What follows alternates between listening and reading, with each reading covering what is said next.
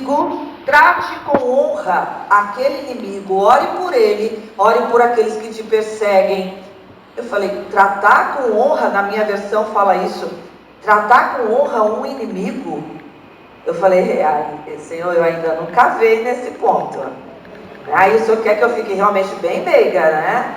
Porque esse ponto eu não cavei. E aí eu percebi que eu ainda não praticava esse princípio. E aí a gente acha injusto, às vezes, Deus nos chamar para a prática de alguns princípios assim. Mas eu entendi algo que fez a diferença no meu espírito. Comecei a meditar sobre esse texto e eu entendi quando João fala que os mandamentos do Senhor não são penosos, que quando a gente chega num ponto como esse, que eu consigo tratar com honra alguém que me persegue, que fala mal de mim, que me maltrata, eu cheguei no ponto onde o meu emocional está estável, porque aquilo não me toca mais. Não é que a gente não sofra, mas aquilo não me demove da minha posição. E é isso que é casa na rocha. Nós estamos às vezes muito mimizentos ainda. Eu me incluo, eu quero crescer. Eu falo para Deus, eu quero crescer. Eu não quero ser a mesma sempre. Eu quero chegar nesse ponto. Já melhorei. Não sei, não estou com nenhum inimigo agora que me... né? Então, não deu, e espero não precisar colocar em prática, né? Mas já tive. Para o meu temperamento, que, né, eu falo o que eu penso, às vezes não é fácil cumprir isso aqui. Então, Deus precisa trabalhar e Ele está trabalhando essa situação na minha vida. Eu quero isso. Estão entendendo a profundidade desse texto? Eu lia por ler, mas quando você começa a se questionar, eu sou essa que te chamo de Senhor e não faço o que o Senhor está me pedindo, então eu quero entender o que eu não estou fazendo. E é isso que eu quero que vocês entendam, ok? O profético tem em seu lugar gerar impacto para apontar necessidade de mudança de mentalidade. A educação, a formação é o processo de mudança para a mentalidade que mantém resultados e perpetua um legado. Hoje eu estou perpetuando o legado dos meus pais. Minha mãe não tem instrução, não fez uma faculdade, viveu para nós em casa, e ela que me ensinou a orar, a ler a Bíblia. A igreja e a escola eram parceiros. Minha mãe que me ensinou. Hoje eu estou no altar graças a uma mulher. Por que eu falo mais da minha mãe? Meu pai, ele era católico, praticante, ia na missa todo domingo, nos ensinou muitos princípios, um homem de caráter muito firme. Sou muito parecida com ele, né? Minha mãe, uma mulher crente. Eles fizeram um acordo. Como eu tenho mais duas irmãs, ele falou: eu queria que batizasse na igreja católica, mas a educação das meninas ficasse por sua conta. Eu achei até muito bom que ele falou assim: se nós ficarmos cada hora levando para uma igreja e para outra, elas vão acabar não sendo nada. Olha a sabedoria. E graças a Deus nós três hoje no altar, por causa de uma mulher que estudou até a 3ª série, mas que me ensinou a viver por princípios. Legado. E eu estou ensinando para a minha próxima geração. Meus filhos ensinei. Agora tenho uma netinha, estou babando, meu Deus, né? E quero que meu filho passe para essa geração o que eles aprenderam. Amém, queridos? Legado é processo. Eu digo o seguinte: filho sempre dá trabalho.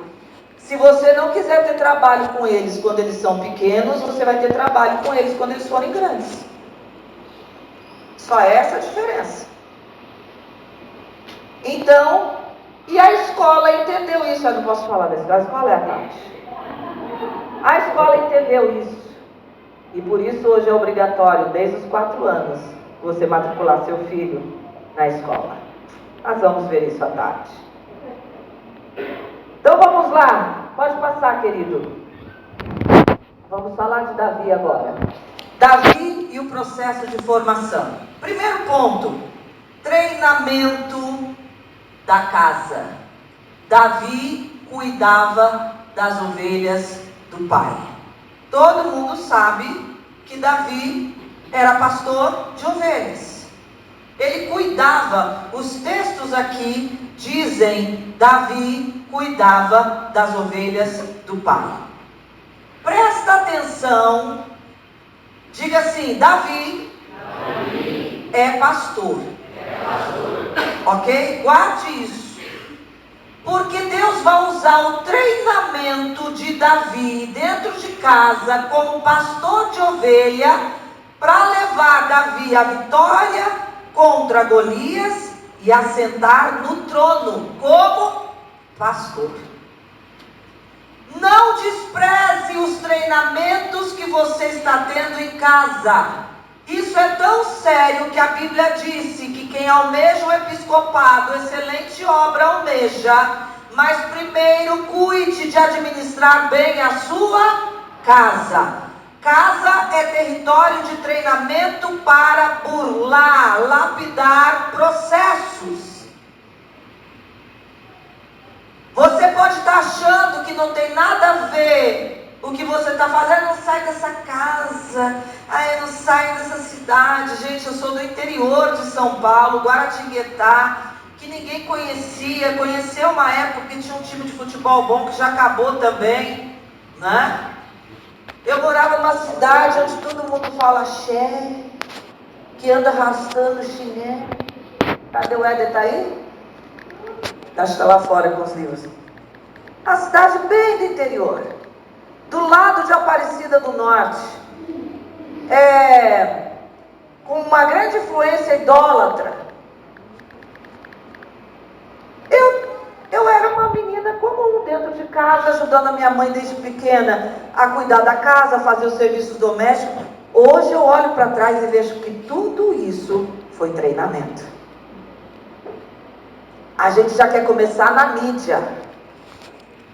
E aí a gente entrega para o filho um celular, para ele já fazer os vídeos dele. Treinamento, queridos, é em casa.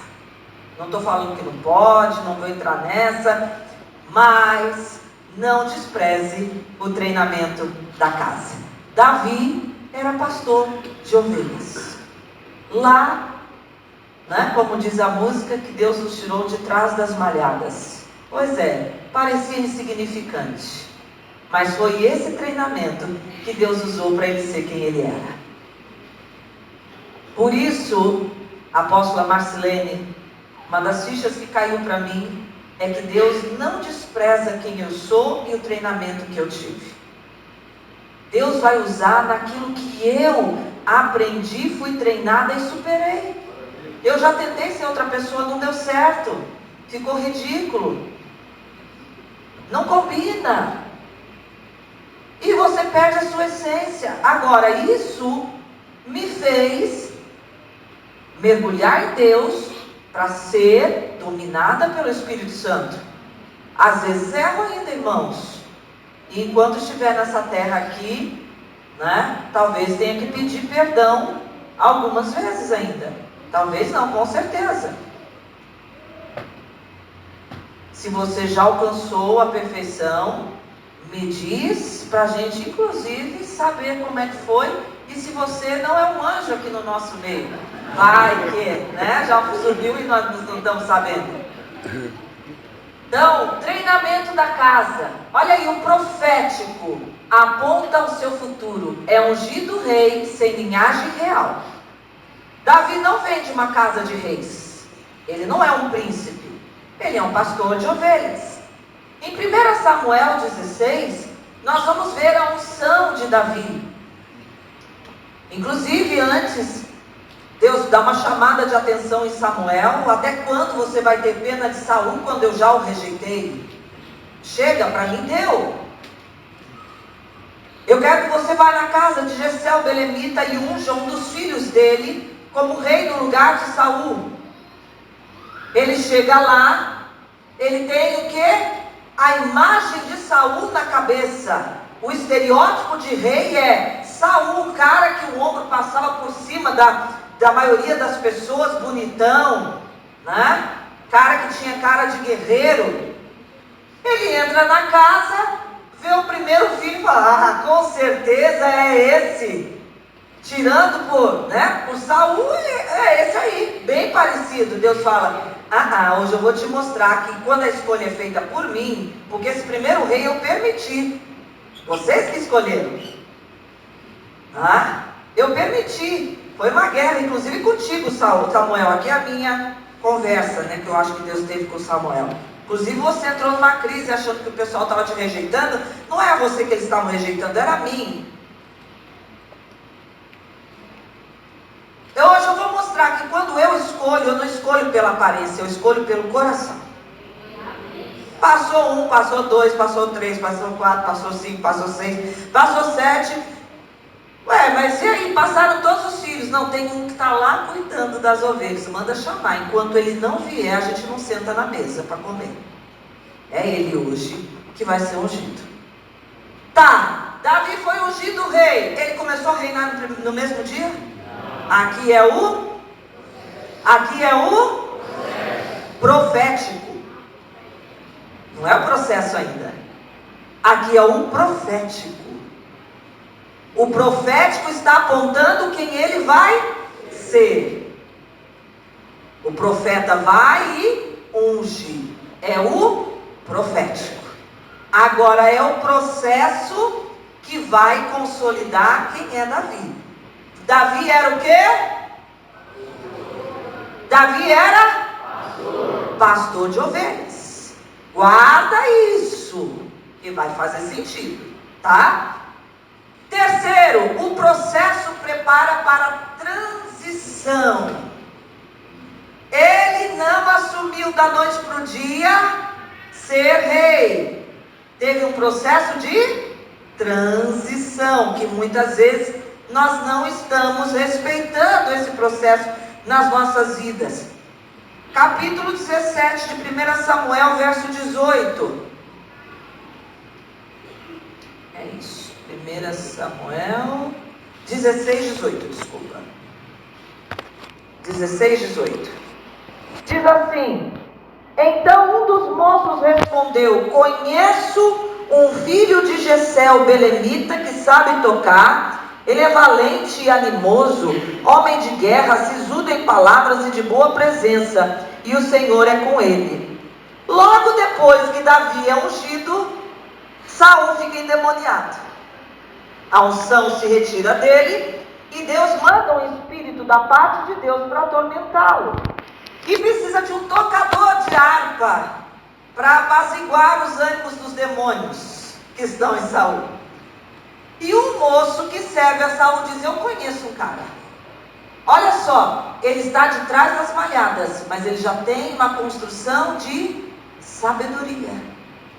Eu conheço um menino que ele é sisudo em palavras. Sisudo em palavras não é pessoa carrancuda não, tá? Sisuda vem de siso. Siso é juízo, é sabedoria. Um menino que tem sabedoria no falar. Que sabedoria é essa, queridos? Da casa. Deixa eu dizer aqui, pais, a melhor coisa que você pode fazer pelo seu filho é pôr ele para trabalhar em casa. Lavar louça, limpar a casa, viu? Os adolescentes vão me odiar agora, mas a gente... Minha mãe fala, eu falo assim: mãe, mas hoje eu não quero fazer. Ela vai fazer assim mesmo, não tem que querer. Mãe, mas eu não gosto de fazer. A gente não faz só o que gosta.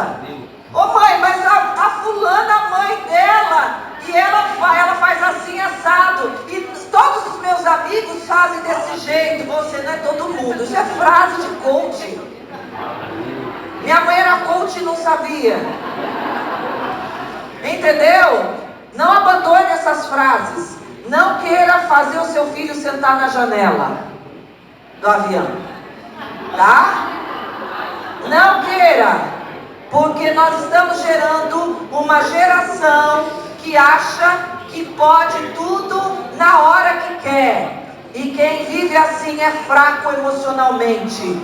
Depois no primeiro não da namorada, vai querer se suicidar, porque não sabe lidar com frustração. Como eu atendi um rapaz em consultório que queria se matar, porque a namorada não queria mais namorar com ele.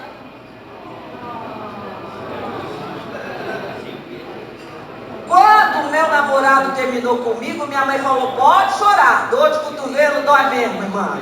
Vai fundo, chora, mas chora aqui. Na frente dos outros, do namorado, você não vai ficar rastejando e querendo que ele volte, não. Vai chorar em casa. E quero te dizer, minha filha, vai passar. Não, eu acho que sou ele. Não, vai passar. Passa, irmã. Tá? Tô aqui para contar a história. Graças a Deus não casei com aquela miséria e casei com Wagner. Minha mãe era coach e não sabia, eu tô te dizendo. Sabe por que precisa de tanto coach hoje? Porque os pais não estão fazendo o que precisavam fazer. Porque essas frases, quando a mãe fala você não é todo mundo, ela está dizendo você tem que ter autorresponsabilidade.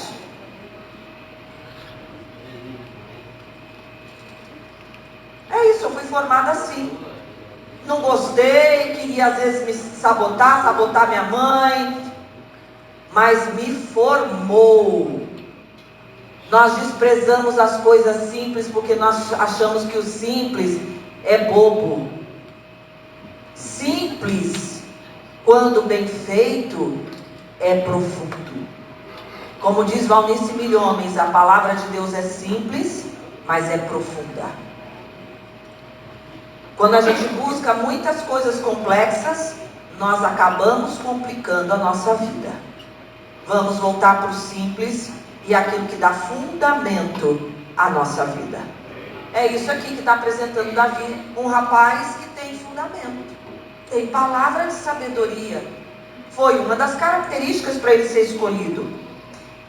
Não abandona sua responsabilidade, constrói responsabilidade. Versos 17 e 15. Gente, se eu passar da minha hora, me avisa, hein? Até um relógio bem aqui na frente, ô coisa boa. 17 e 15. E eu só estou no primeiro ponto. Ave Maria, fiquei católica agora. 17 e 15. Davi, porém, ia a Saul e voltava para apacentar as ovelhas de seu pai. Desde esse dia, Saul queria Davi por perto. Só que o que aconteceu? Ele tinha ainda responsabilidade com o pai. O que eu acho legal aqui em Davi é que ele não fala assim: caramba, agora eu sou o cara, estou servindo o rei. Graças a Deus saí daquele chiqueiro que era aquele pasto de ovelha, que eu estava cuidando daquelas ovelhas imbecis do meu pai. Não, ele não fala nada disso. Ele continua responsável. Tem gente que quer crescer e abandona, fecha portas atrás de si. Minha mãe dizia assim para mim: quando você trabalhar fora, sempre deixe portas abertas atrás de você. Seja responsável até o último dia. Isso me construiu, irmãos. Por exemplo, eu atendo algumas pessoas que eu não cobro nada. Eu atendo do mesmo jeito que um paciente que paga. Porque não é o dinheiro que me move, é quem eu sou e a responsabilidade que eu tenho. Minha mãe formou isso em mim. Porque minha mãe ensinou transição. Não se empolga com o próximo passo e abandona as responsabilidades que você tem. Constrói transição. Ele continua indo para a casa do pai e cuidando das ovelhas que o pai confiou a ele. Agora eu sou arcanjo. Fui ungido arcanjo. Não mais me relaciono com esses mortais. Não, você tem ovelhas para cuidar ainda, irmão. Tem que cheirar, ver se está com bicho, carrapicho, um monte de coisa. Interessa a sua unção. Se você tem uma responsabilidade, cuide dessa responsabilidade. Se não é para você cuidar diretamente, mas delegue alguém com responsabilidade para fazer isso. Por isso é discipulado. A gente prepara alguém para nos suceder em algumas funções que com o crescimento do reino nós vamos fazendo essa mudança sem traumas. Tá dando para entender? Vamos lá. Ele continua submisso, vinculado à história dele. Ele valoriza a história dele. O verso 20 do capítulo 17. Davi então levantou-se de madrugada, deixou as ovelhas com o guarda, carregou e partiu como Jessé lhe ordenara. Aqui é o momento que Jessé manda ele levar os alimentos para os irmãos que estão lá no campo de guerra, ouvindo Golias afrontar o exército. E aí o pai fala, vai lá ver como é que eles estão, leva esse queijo, essa comida aqui, leva a bagagem. Ele pega, acorda de madrugada. O quê? Eu fiquei no celular até 3 da manhã, acordar de madrugada para fazer uma tarefa para o meu pai? Como assim? Não acontece isso aqui. É o que está acontecendo com essa geração, né?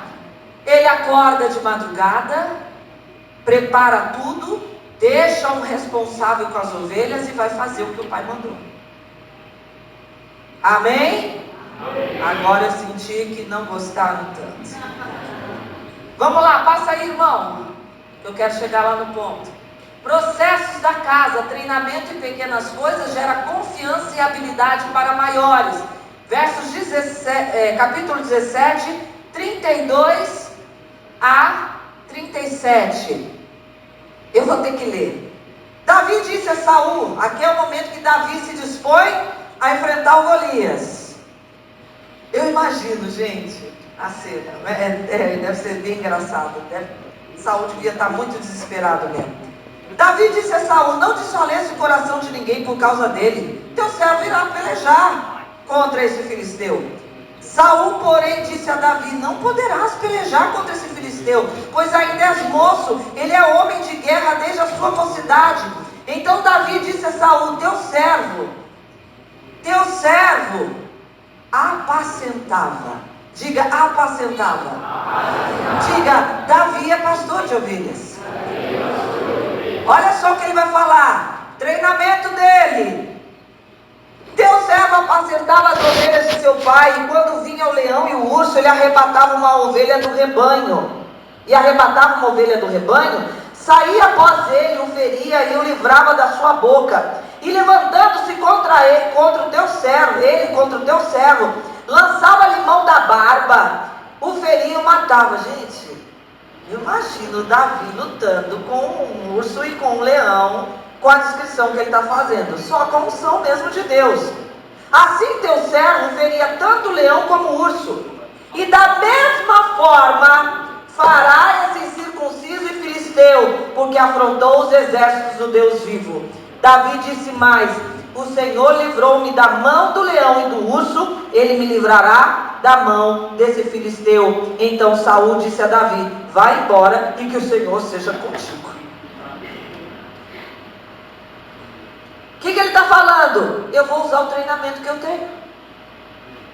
Sabe por que eu chego confiante aqui? Ele falando, Saul, porque o treinamento que eu recebi, cuidando de ovelha, me fez enfrentar o leão e o urso.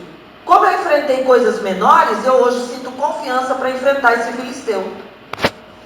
Sabe por que muita gente está com medo de coisas pequenas ainda? Porque nem as pequenas foi treinado. E foge. Sabe como é que a gente vê esse medo? Enfrentando. Não tem outra saída. Quer ter coragem? Enfrenta. Passo a passo, na medida do que você consegue. Deus nunca vai te dar uma prova maior do que você pode. Por quê? Porque Ele te colocou no processo. Você pode dar um aplauso a Ele?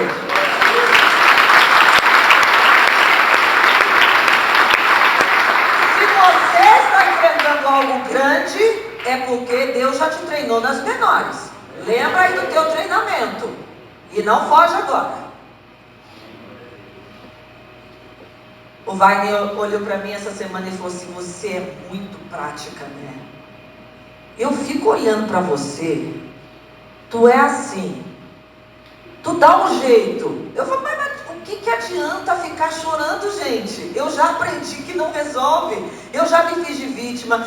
Se você pensa numa mulher que foi insegura, justamente pelos rótulos que eu recebi, sou eu. Mas Deus mostrou assim, Adriana, ou você vence isso, ou você vai continuar essa pateta que tu é. Não estou chamando as irmãs nem os irmãos de patetas. Ele falou para mim, tá? Então assim, era isso. Estou ainda em processo? Estou, queridos, mas eu quero enfrentar. Porque eu falei para Deus, eu não quero ser uma mulher comum. Eu não quero. Eu quero fazer a diferença. Para me aparecer, não, porque eu acredito que o Senhor é grande, a terra está precisando, eis-me aqui, pode me usar. Então eu quero ser essa. De verdade. De verdade. Mas eu sei que tem guerras para enfrentar. Quem não tem, irmãos? Todo mundo vai ter guerras. A diferença é ou você enfrenta e cresce, ou você continua chorando sobre o leite derramado. Simples assim. Eu vou desistir. Vai fazer o que da vida? Vai desistir? Você acha que porque você vai desistir o problema vai embora? Desistir para mim é igual criança. Tem uma fase da criança que ela fecha os olhos e ela acha que ninguém está vendo ela. Vamos brincar de esconde-esconde? Vamos. Aí ela acha, tá no meio da sala, todo mundo olhando para ela, mas ela acha que ela fechou o olho, ninguém está vendo ela. Desistir para mim é isso. Você fecha os olhos para um problema e acha que ele não está te enxergando, ele está ali. Na hora que você abrir, você vai dar de frente com ele de novo. Amém, queridos? Amém. Nós estamos no processo. Aqui é o processo de Davi. Aí ele vai para um outro momento. Versos 38 a 40.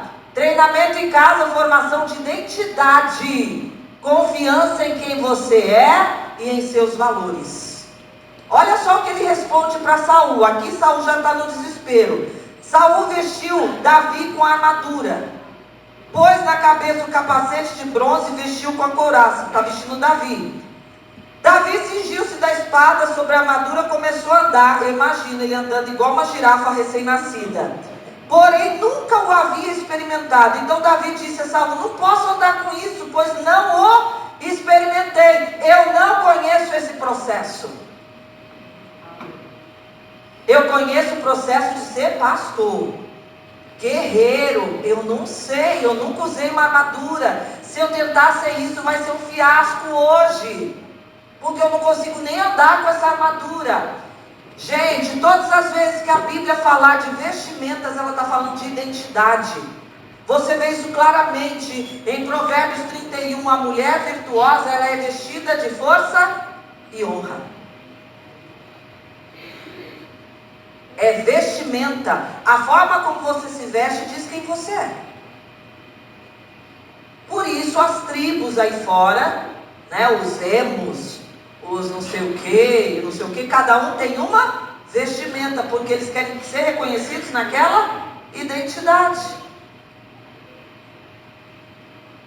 Ok? Nós temos uma identidade. Davi está falando aqui que a identidade dele não é essa. Davi tirou tudo aquilo de sobre si, e aí o que ele toma? Ele toma o cajado de pastor, escolhe para si 5 pedras lisas do ribeiro, pôs no alforje de pastor, está aqui no texto, que é uma sacola de couro levada no ombro, que trazia, a saber, no surrão, roupa feita de couro de cabra, lançou mão da funda e foi se aproximando do filisteu. Como? Como pastor. Treinamento em casa forma identidade, confiança.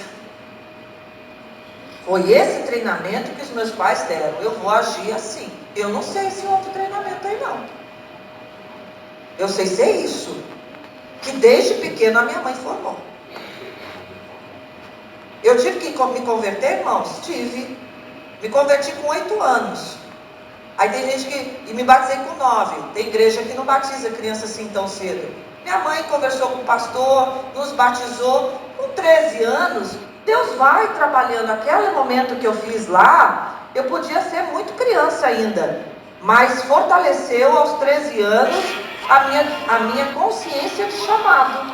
Teve essa época que eu quis ficar mais com os amigos da rua? Teve, mas minha mãe trabalhou para nos levar para a igreja, mesmo cansada, mesmo às vezes meu pai não acompanhando, levou, firmou, consolidou. Tudo que eu estou ensinando aqui, irmãos, eu não aprendi em livros apenas, eu aprendi em casa.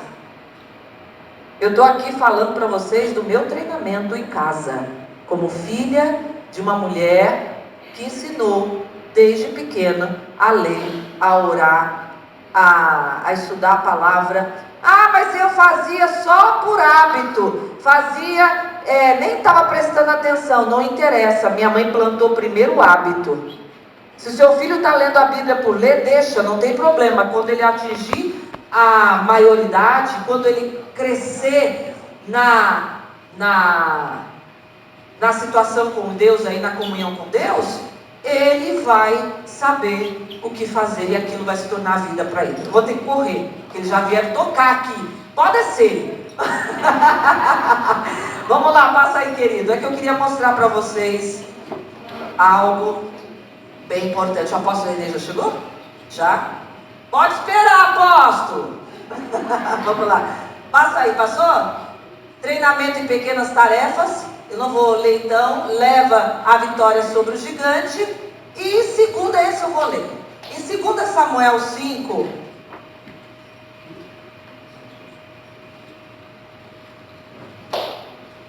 Davi não só vence gigantes. Deixa eu dizer uma coisa para você. Deus não quer que você só vença as suas guerras. Ele quer que você reine. Você é sacerdócio real. Amém? 2 Samuel 5 diz o seguinte, nos primeiros versículos, eu não coloquei ali. Então todas as tribos de Israel, aqui é o momento agora que vai se concretizar. Saul já morreu, já passou muita água por debaixo dessa ponte. Chega aqui, então todas as tribos de Israel foram até Davi em Hebrom e lhe disseram: aqui estamos, somos teus ossos e tua carne. Outrora, sendo Saul ainda rei sobre nós, eras tu que saías e entravas em Israel. Também o Senhor te disse, presta atenção, olha o que Deus vai dizer para ele agora, que Davi vai sentar no trono. Olha como é que o treinamento é importante, que Deus não despreza o treinamento. Tu apacentarás o meu povo. Você pode dar um aplauso ao Senhor?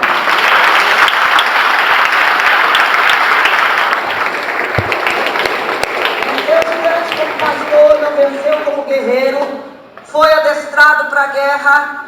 Depois, quando senta no trono, Deus fala assim: eu vou te usar naquilo que eu te treinei. Você é pastor e hoje você vai apacentar o meu povo. Será que dá para eu seguir uns 10 minutinhos? Posso, irmãos? Amém. É porque tem uma coisa muito legal que eu quero mostrar para vocês. E vamos lá, irmão, passa aí. Eu quero mostrar aqui, justamente, isso aqui é para mostrar a base. Ou eu deixo para tarde? Acho que eu vou falar à tarde. Não, é porque é grande, é longo, né? E aí eu não vou poder explorar. Eu vou terminar aqui. À tarde eu vou continuar essa ministração e vou entrar no tema também de escola. O Rodrigo Frota está aí? Não? Ele estava ali sentado. Tomara que ele venha à tarde. Tá? Ah, ele foi para lá, ok. Mas à tarde eu vou falar para ele ficar aqui, nada de conversar com o apóstolo René. Nós estamos trabalhando, queridos, para a formação de escolas por princípios, começando aqui pelo sul do Brasil. Pode aplaudir mesmo.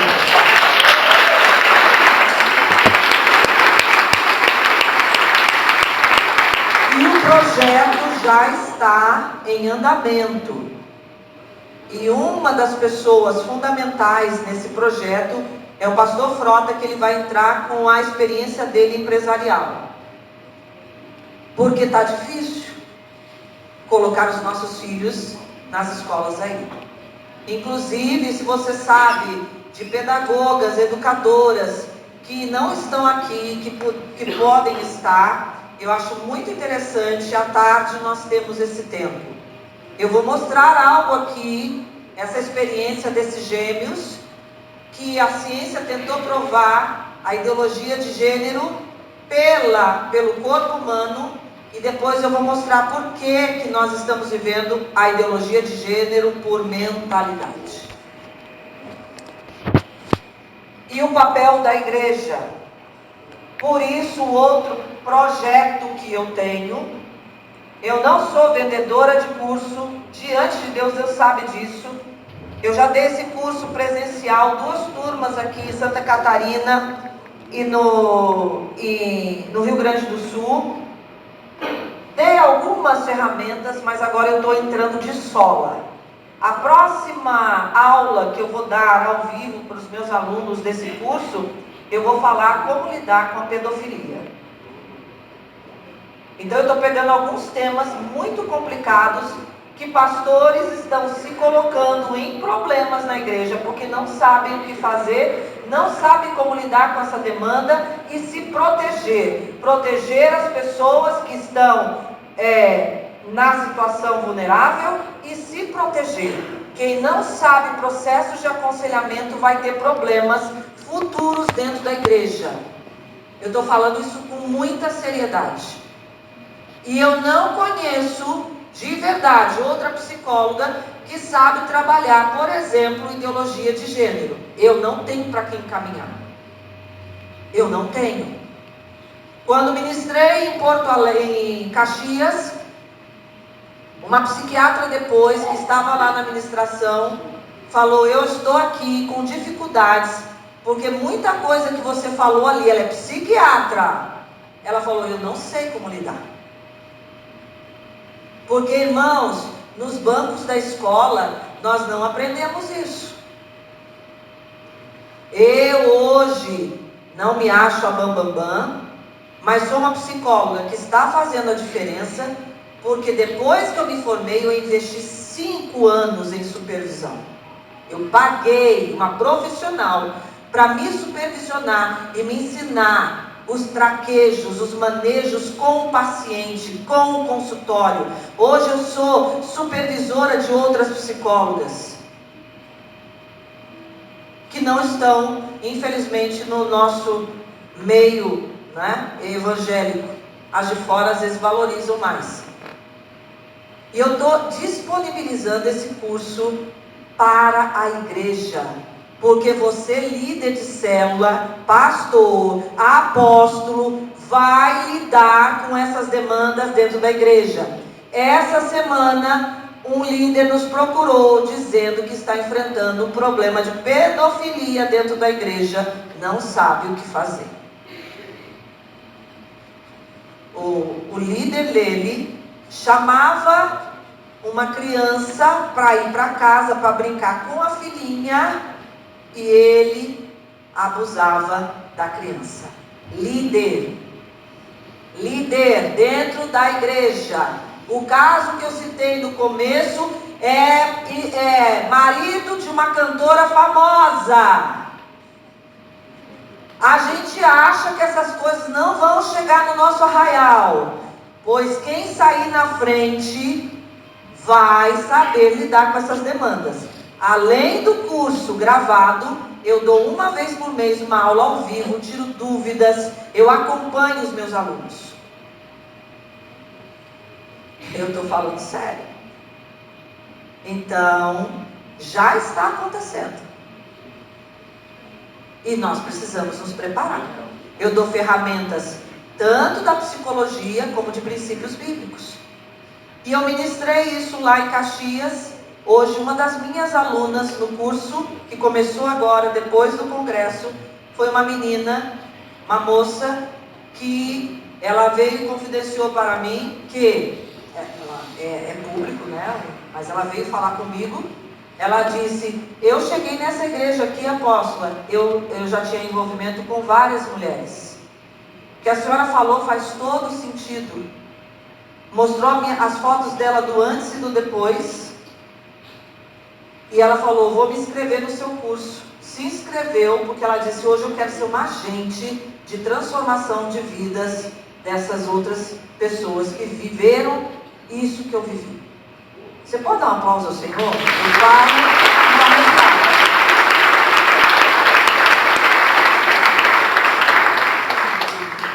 A gente precisa amar essas pessoas, precisa cuidar delas. Eu já vi líderes falando para mim: na minha igreja, esse tipo de pessoa não se cria. Tá, vai se criar onde? No mundo? Porque se nós não recebermos essas pessoas na igreja, quem é que vai receber? Depois disso, para encerrar agora de manhã, o apóstolo Alexandre me mandou um vídeo de um rapaz que disse assim: estou cansado da vida, vou dar cabo. Eu já tentei várias formas de me libertar do homossexualismo, não estou conseguindo. Aí quem entrou, pegou o vídeo e se propôs a ajudar? Caio Fábio.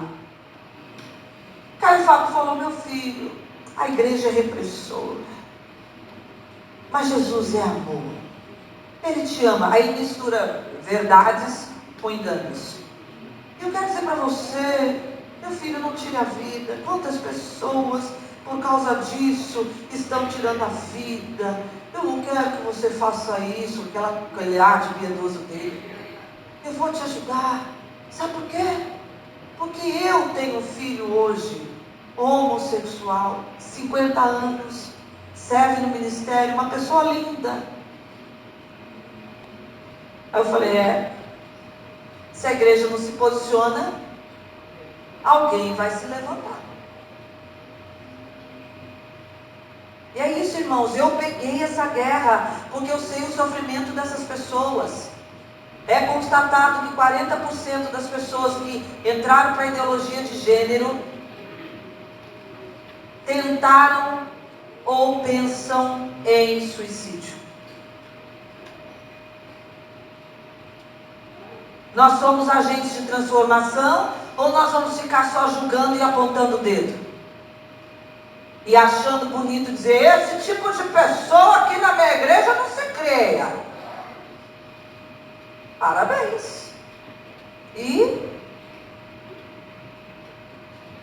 nós não sabemos lidar com isso. No curso eu falo: pastores, inclusive, preparem a sua igreja para receber esse tipo de pessoa. Porque muitos não ficam, porque a igreja não sabe lidar com isso. Nós só julgamos.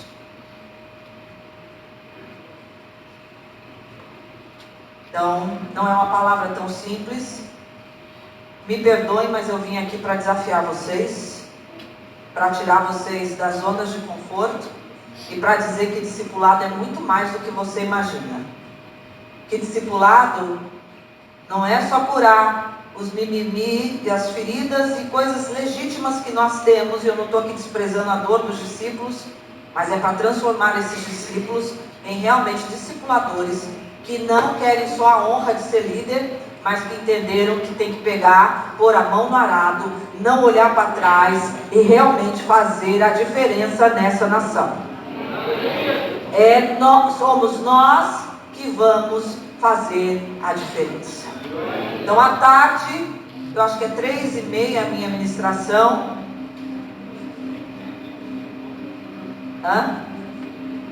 Tá. Põe o último slide, por favor.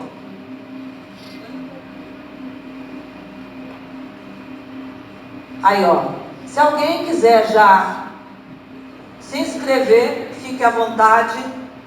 Esse é o curso de aconselhamento. Não vai ter ideologia de MEC. Inclusive, o meu curso estava sendo avaliado para ser colocado no MEC, ser transformado em curso de extensão e de pós-graduação, mas porque tem muito conteúdo bíblico, além do conteúdo de psicologia, o MEC não aceita.